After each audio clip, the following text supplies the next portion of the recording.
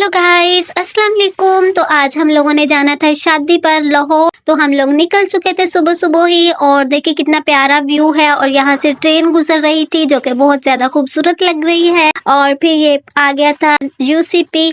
और यहाँ पे मुझे जरूर कमेंट्स में बताएं कौन कौन यूसीपी में पढ़ता है। देखिए यूसीपी कितना खूबसूरत लग रही है और जरूर बताइएगा कौन कौन पढ़ता है इधर। और फिर ये थी हमारी शादी वाली गाड़ी, हमारे दूल्हे की गाड़ी थी। और यहाँ फाइनली हम लोग पहुंच चुके थे मार्की में। और देखें स्टेज कितना प्यारा सजा हुआ है, बहुत प्यारा था। और फिर खाना खुल चुका था और हम लोगों ने खाना खाया। देखिए कितना मजे का खाना था और हम लोगों ने खाने को बहुत अच्छे से एंजॉय किया। और फिर ये आ गया था दुल्हन का घर जो कि बहुत ज्यादा खूबसूरत बना हुआ था, बहुत प्यारी लाइटिंग की हुई थी। और हमें फिर बहुत ज्यादा सर्दी लग रही थी तो हमने सोचा अब हम घर वापस चलते हैं। देखें कितनी ज्यादा धुंध हो चुकी थी तो हम लोग घर के लिए निकल चुके थे। तो गाइस मिलते हैं नेक्स्ट वीडियो में, तब तक के लिए अल्लाह हाफिज, टाटा, बाय बाय।